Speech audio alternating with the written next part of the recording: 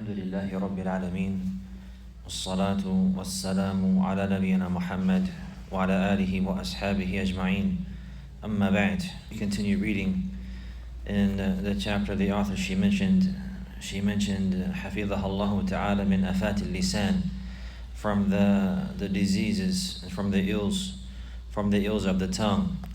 She mentions al-qila wal-qal, al-qila wal-qal, al-qila wal-qal, yani that he said this and he said that. And what is intended from this is transmitting information and the statements of the people without having any concern for authenticity or for verification, and just carrying the statements of the people and mentioning them and what they were doing and what they did and what they said and the likes like this, without verifying, without checking. And this is from the ills of the tongue, as she is mentioning here. So she says, فَفِي الصَّحِيحَيْنِ من حديث المغيرة بن شعبة رضي الله عنه عن النبي صلى الله عليه وسلم أنه قال إن الله حرم عليكم عقوق الأمهات إن الله حرم عليكم عقوق الأمهات وود البنات ومنع وهات وكره لكم قيل وقال وكثرة السؤال وإضاعة المال. So she mentions that it has been collected in As-Sahihain, the authentic collection of Al-Bukhari and Muslim, from the hadith of Al-Mughira ibn Shu'bah radiyallahu anhu, that the Prophet sallallahu alayhi wasallam, he said, Inna Allah harrama alaykum uquq al-ummahat, that indeed Allah, He has made forbidden and impermissible to disobey the mothers, wa wa'd al-banat, and also He has made impermissible subhanahu wa ta'ala burying the daughters, meaning burying them alive.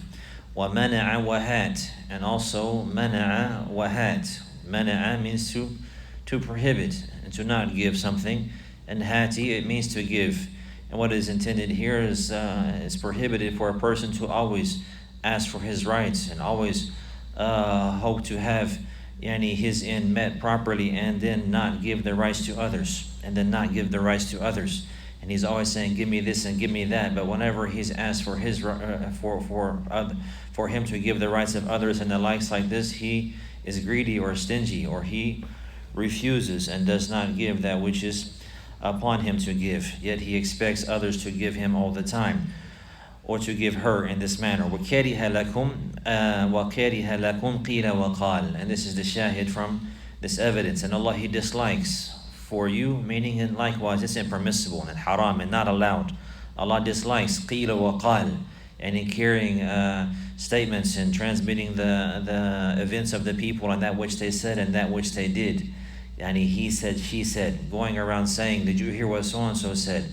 Or did you hear what happened to so-and-so's son? Or do you hear what happened to so-and-so? Or I heard that this person said that, or that person said this. Or did you hear what happened with so-and-so, or in this place, or in that place? And just carrying the statements and the events and the occurrences of the people and the likes like this. So one person, he will hear something from somebody, and then he'll transmit that to another, and the likes like this. And without any verification or without any recollection, is it beneficial to transmit this or not? Is it correct? First and foremost, is the statement correct or not? And then, even if it was correct, is it beneficial or proper or even allowed to transmit the likes of this statement?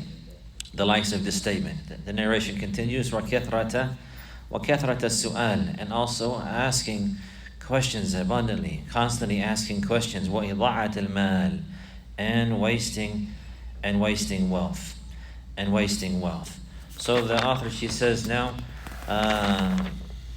وَالنِّسَاءُ فِي جَانِبِ الْقِيلَ وَالْقَالِ مَا بَيْنَ مُسْتَكْثِرَةٍ وَمُسْتَقِلَّةٍ وَكَثِيرٌ مِّنْهُنَّ ذَلَّلْنَ أَلْسِنَتَهُنَّ لِلْخَوْضِ فِي هَذَا الْجَانِبِ وَنَحْوِهِ إِلَّا مَنْ رَحِمَ اللَّهِ. So she says, in the women with regards to this qila wal-qal, al-qila wal-qal, the women with regards to this affair here of this he said, she said, and talking about what the people have done in carrying the statements of the people without verification and mentioning these affairs in this manner like this, she's saying that the women with regards to this are from two different categories. Some of them, they are doing this constantly and they partake in this in abundance, and others are fewer and lesser than that.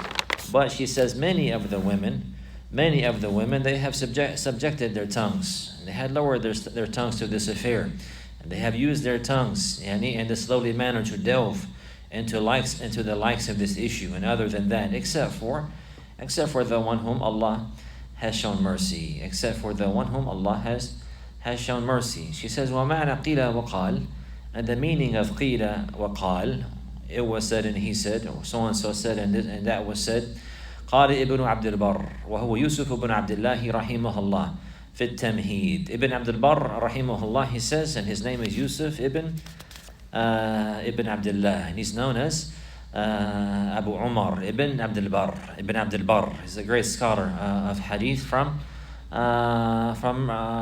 Al-Maghrib al-Arabi, and he died in the year 463. He died in the year 463. He has a number of great works of hadith from them, that which he is transmitting from. The book called At-Tamheed. A book called At-Tamheed, and the clarification and the interpretation of the narrations mentioned in the Muwatta of Imam Malik. And he clarified them, and he spoke about the chains and the narrators, and likewise he spoke about the Islamic rulings that are derived from those narrations in the most beautiful manner. And it's one of the most reliable works with regards to the clarification and the interpretation and the explanation of the narrations of Prophet Muhammad sallallahu alaihi wasallam. She mentions in this work here at Tamheed, ma'na, that he said, ma'na qila wa qal. And the actual text of the book, it says fa, there's a fa there, fa ma'na qila wa qal. And the meaning of qila wa qal, it was said and he said, wallahu a'lam, he says, and Allah knows best, al hadith bima la fa'idata fihi.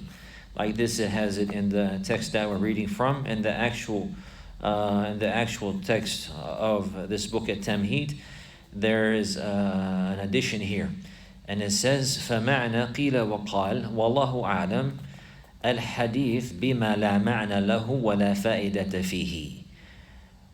الْحَدِيث بِمَا لَا مَعْنَ لَهُ وَلَا فَائِدَةَ فِيهِ. So then, after the word bima, for those sisters who are following along in the actual text of this work, after the word bima, here there's an addition between bima la fa'ida, it should say bima la ma'na lahu wa la fa'idata fihi. Wa la fa'idata fihi. So he says, rahimahullah, that the meaning of he said, she said, or it was said and he said, and so said like this, and Allah knows best, is to speak about affairs that have no beneficial meaning. They have no, from the affairs that do not concern a person, or have good meanings, or they have no benefit with regards to them. These statements like this, carrying the speech of the people and transmitting that, the affairs that are not beneficial, that so-and-so did this and so-and-so did that, and I heard that so-and-so said this and that so-and-so said that, so on and so forth. Affairs that have no benefit in the religion and the worldly affair in this manner. So he says, وَمِنْ أَحَادِيثَ النَّاسِ الَّتِي أَكْثَرُهَا غِيبَةٌ وَلَغَطٌ وَكَذِبٌ. That it's the statements from the speech of the people that the majority of it is backbiting. The majority of this type of statement is considered backbiting. It's considered backbiting, and also any speech that has no benefit, that is foul and vain, and likewise lies. And likewise it is lies. So this is what is intended here. The qila wa qal is carrying the statements of the people and transmitting them back and forth and narrating that which one has heard, or that which has reached him from the statements of the people, without any concern for the authenticity of that, or whether it's beneficial or not, and the likes like this. And many times he's saying the majority of the likes of these statements and the likes of these conversations is mixed with backbiting, and it's mixed with vain and foul speech, and it's mixed with lies. So he says, وَمَنْ أَكْثَرَ مِنَ الْقِيلَ وَالْقَالِ مَعَ الْعَامَّةِ لَمْ يَسْلَمْ مِنَ الْخَوْضِ فِي الْبَاطِلِ وَلَا مِنَ الْاِقْتِيَابِ وَلَا مِنَ الْكَذِبِ وَاللَّهُ أَعْلَمْ. He says, rahimahullah, and the one who falls into this abundantly, and he becomes somebody who becomes involved in the likes of these affairs. saying what so and so said and what so and so did and what so and so mentioned and what happened to so and so on and so forth. He says that the majority of this affair is backbiting, and likewise foul and vain talk, and also lying. And the one who falls into this and delves into this with the layman, then he is not safe from falling into falsehood, and nor is he safe from falling into backbiting, and nor is he safe from falling into lying. And Allah knows best.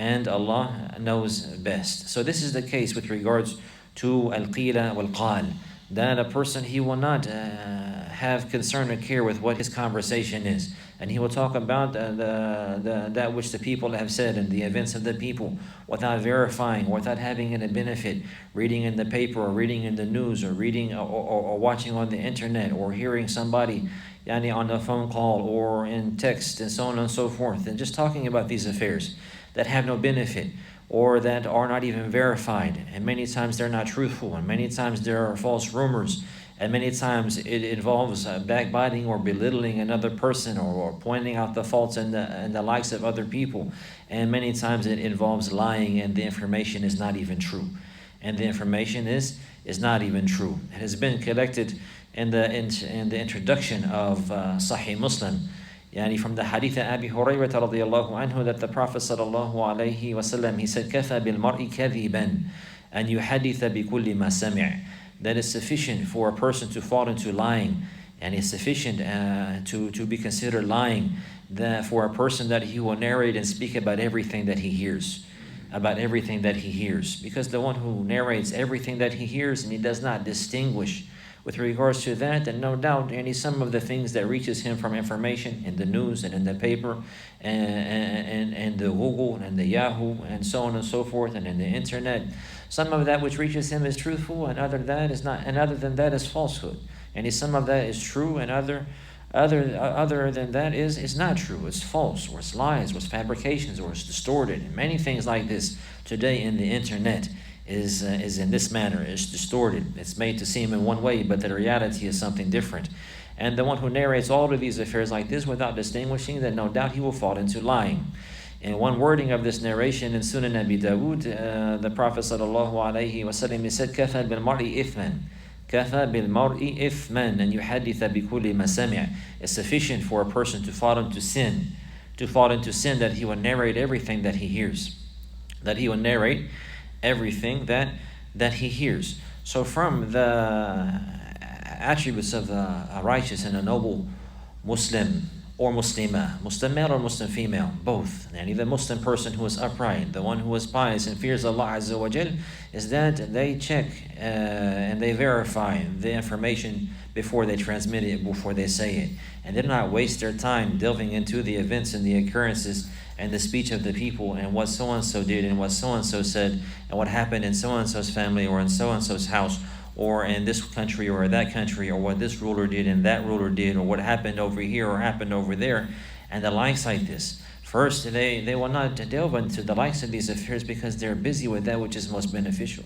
And then if these issues reach them, they will not likewise delve into them because they're not certain whether they're true or not. And even if they were to verify the authenticity of the information, still likewise before they went to speak about that and to conversate about that and to spread that affair, they would think, is it beneficial or not? As in the narration that has preceded, the Prophet sallallahu alaihi wasallam said, "Man kana yu'minu billahi wal yawmil akhir falyaqul khayran aw liyasmut."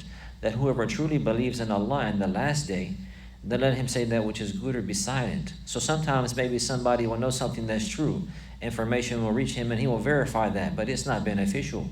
It's not beneficial or good to repeat that or to spread that or to announce that to the people and to talk about that and the likes like that. Evil will come from mentioning some of these affairs. So first and foremost, to verify information. And before one believes it, and before a person he believes it and accepts it, to verify that, especially if it's with regards to someone he knows to be upright, and someone he knows to be upon khayr, and someone he knows to be upon goodness, from the people of knowledge, or from the students of knowledge, or from the brothers and sisters, that they know and that they see daily. and they know nothing but good from them, and they have never experienced anything except for khayr from them. So if somebody comes and says something about them, or something about their family, or something about their circumstances and the likes like this, that is contrary to that, and contrary to the goodness that is known about them, then this must be verified in person. He must not be hasty in this affair. It's been narrated by Ali radiallahu anhu, collected by Bukhari in Al-Adab al-Mufrad, that he said radiallahu anhu, لا تكونوا عجلا مذايع بذورا. You should not be عجلا. And this is from the statement of Ali radiallahu anhu. Do not be, لا تكونوا عجلا. عجلا is the plural of عجول. عجول يعني المستعجل, the person who's hasty. Do not, لا تكون عجلا يعني مستعجلين. Do not be hasty in your affairs, especially with regards to transmitting information, especially in times of fitna and trials and the likes like this. لا تكونوا عجلا مذايع. مذايع is the plural of مذياع. مذياع in our common daily speech is a radio or a broadcast, and the مذياع is the radio and the broadcast. But the مذياع in the Arabic language is the person الذي لا يكتم سرا ولا يستطيع أن يكتم سر, the person who everything that comes to him he announces it and he broadcasts that and he informs of that, and he's not able to keep a secret. He's not able to keep a secret, somebody that's considered like this. So do not be hasty in accepting information and transmitting information and believing information. And likewise, do not be from those who spread everything they hear, and they cannot keep a secret, and they cannot keep anything that comes to them silent or private. Rather, everything that comes to them, they announce that and they spread that. They forward that to others and the likes like this. بُذُورًا لا تكونوا عجلا مذايع بُذُورًا. بُذُورًا is the plural of badur. Badur, the person that's considered badur, يعني النمام. Al-badur is from badara. Wal-bidhr, al-bidhr is a seed, and this means to plant. So what is intended here, لا تكونوا بُذُورًا, yani don't be from those who sow hatred in the likes and the hearts of the people by carrying tales and hastening to transmit information without verification, and sowing rancor and hatred in the hearts of the believers and the likes like this. This is a really beneficial narration. لا تكونوا عجلا مذايع بذورًا. Do not be hasty in accepting information and transmitting that, and do not transmit everything that comes to you and announce that and broadcast that.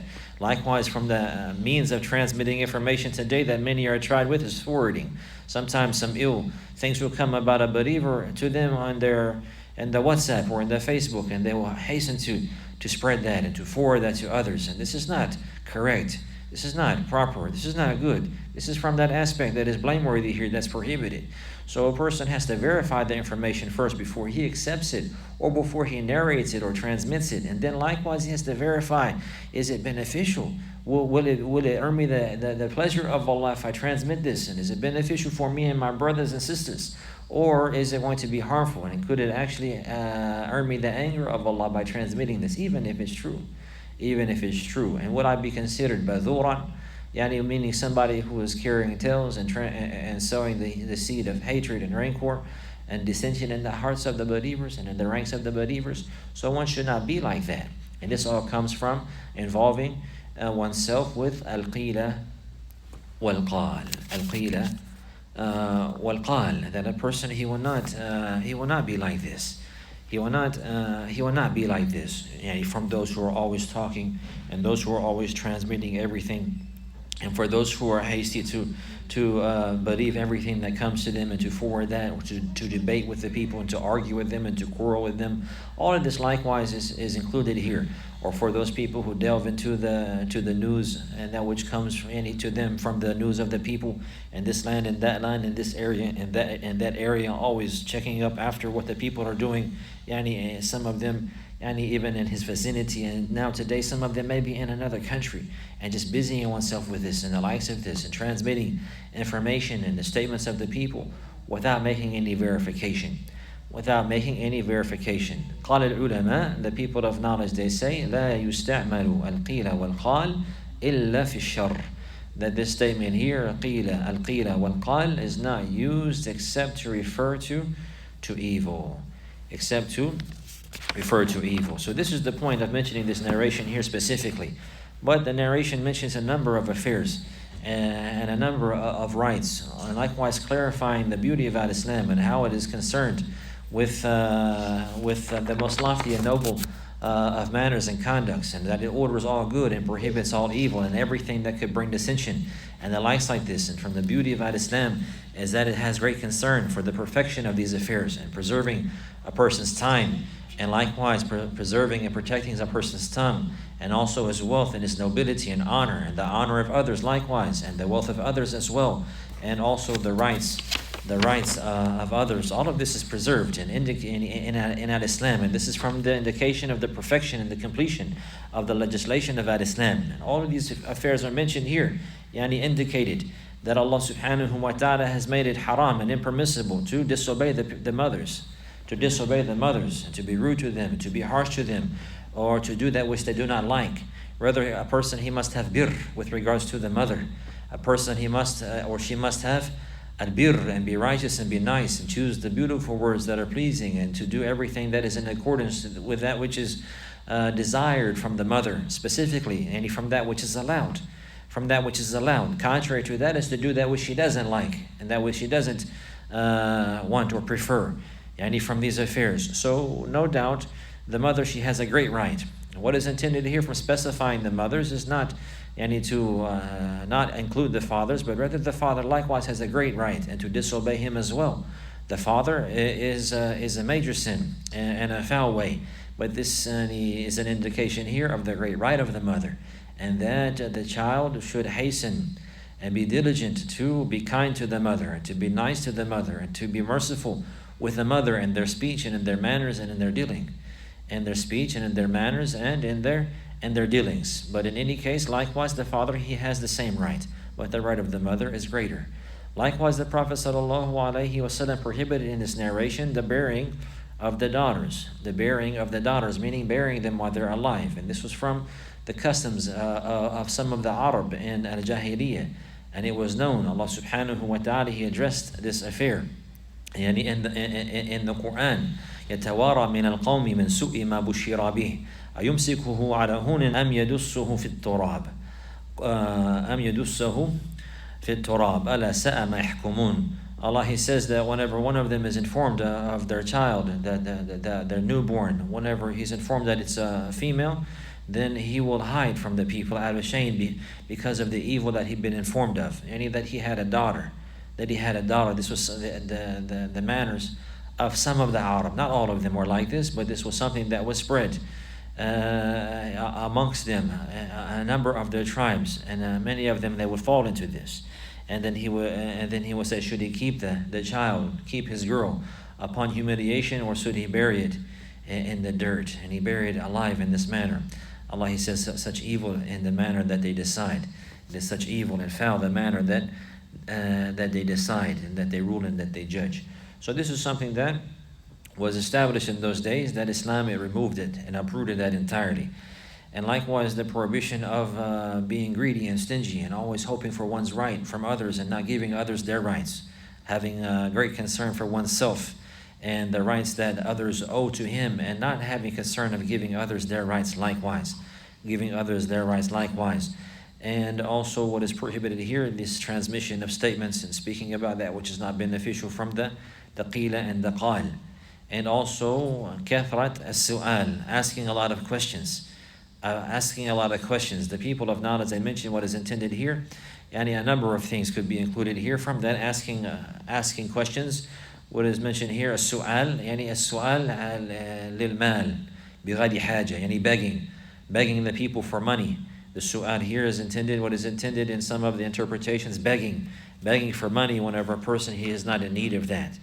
Likewise, from the interpretations of this, asking a lot of questions, meaning questions that are not important and that have no benefit, and the likes like that, like what kind of tree was it that Adam ate from, and the likes like this, and what was the type of wood that the staff of Musa alayhi salam was made from, so on and so forth. Questions like this, that if a person, he knew them or he did not know them, it would not benefit him in his religion, and the likes like this, affairs that have not been mentioned, so on and so forth. Likewise, that which is disliked and impermissible And referred to here is asking a lot of questions, meaning asking a lot of questions that a person he has a bad intention with regards to. Sometimes people will ask questions about knowledge, and his intention is to try to make the one being questioned, any of the scholar or the student, and the likes fall into a mistake. And sometimes one of them, he will go and study one particular issue real well. He will study one particular issue in the religion real well, out of a number of issues. This one issue, he'll pick it and he will learn it, and he will memorize the difference of opinions and the statements of the scholars. And maybe it will be one of those detailed issues that there are great differences with regards to. And then he will ask the scholar or the student in front of the people, or even if he's alone, in order to try to cause him to make a mistake, or in order to display his own self and to show him and the people that he has knowledge, and to debate with him in this manner like this. All of this is a foul way and a bad way. And others, they will ask questions similar like this with a bad intention in order to expose people or to cause fitna or to cause trials and troubles, and all of this is foul, and it is not a good way. Likewise, asking a lot of questions, what is intended here, the people of knowledge mentioned, asking a lot of questions about the details of the lives of the people, details that do not concern a person, about his brothers or sisters, or her brothers and sisters and their likes like this in Islam, and going into details and asking about the affairs and the detailed affairs of their life and their wealth and their property, and falling into spying and the likes like this, asking a lot of questions that does not concern a person about others. All of this is included and this is not permissible or not allowed. Likewise, the Prophet ﷺ, he said, وَإِضَاعَةَ الْمَالِ, and likewise Allah, he dislikes and does not allow for you to waste the wealth. To waste the wealth. Wasting the wealth meaning spending it in that which is not permissible. Spending the wealth on affairs that is not permissible and not allowed legislatively. Likewise, what is intended from wasting the wealth is to not keep it safe and to not protect it. Yani to leave it out for others to steal it. Somebody, maybe he will buy his child a new bicycle or some new device or computer for school, for the homeschool and the likes like this, and then one of them will leave it in the front yard. Whenever it's known that there are people who come to the neighborhood and steal things from the people's front yards, and he will have no concern for that, and he will leave it there in that manner to get stolen. He will expose it to the thieves, or he will leave it in the middle of the floor to get stepped on, and or for someone to not see it and to spill something on it like this. All of this is considered not having concern for their wealth and their property, and is considered wasting money and wasting wealth. And so the wealth, it has to be first spent on that which is permissible and allowed. And if it's spent in a manner that's not allowed or that's impermissible, whether it's on clothing or whether it's on food or whatever the case may be, or devices and these different games and the likes like this, from the affairs that are impermissible, all that's from wasting money. All that's from wasting money. These movies and watching these different affairs that are haram and not allowed, or music and so on and so forth. All of this is from wasting money. And likewise, those who leave their things out to be stolen or to be exposed to thieves or to be exposed to becoming broken or wasted and the likes like this, or putting the wealthy items or the wealth or the property in the hands of the children and let them do what they like with it, and whenever they have no conscious and no any sound ability to determine that which is good with the wealth, to leave it in their hands to do what they like with, and to lose it or to misplace it or to spend it on that which is not beneficial or even not allowed, or to leave it to the fools who have no any financial guidance with regards to the wealth, to waste it in the likes like this. All of this is considered wasting wealth. Also, to neglect the wealth and to leave it there. To neglect the wealth and to leave it there until it becomes old, until it becomes wasted, until it becomes unuseful, or the benefit from that goes away. From that, buying food and leaving it out to sit until it's finished, until it's wasted, until it's corrupted, until it's spoiled. Buying milk and leaving it until it's spoiled.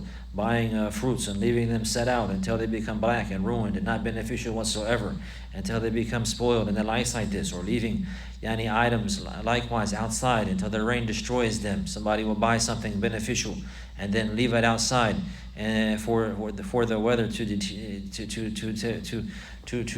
ruin it, and until it deteriorates and the likes like this. All of this is considered from wasting wealth, which is not permissible nor pleasing to Allah Azza wa Jal, which is not permissible nor pleasing to Allah Azza wa Jal. Yani this wasting of wealth here, and likewise falling into the qila wa qal, which is the shahid for the chapter, all of this is from al-ifsad. All of this is from al-ifsad, corruption and working corruption.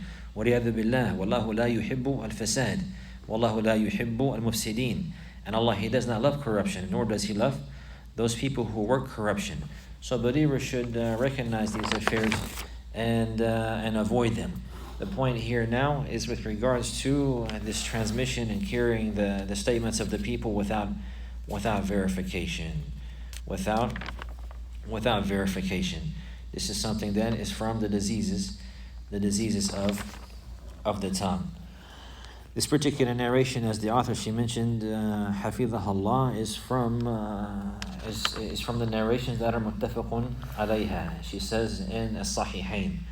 Also, this narration is from the narrations that Al-Hafidh Al-Ghani Al-Maqdisi he has mentioned in his work Umdat Al-Ahkam.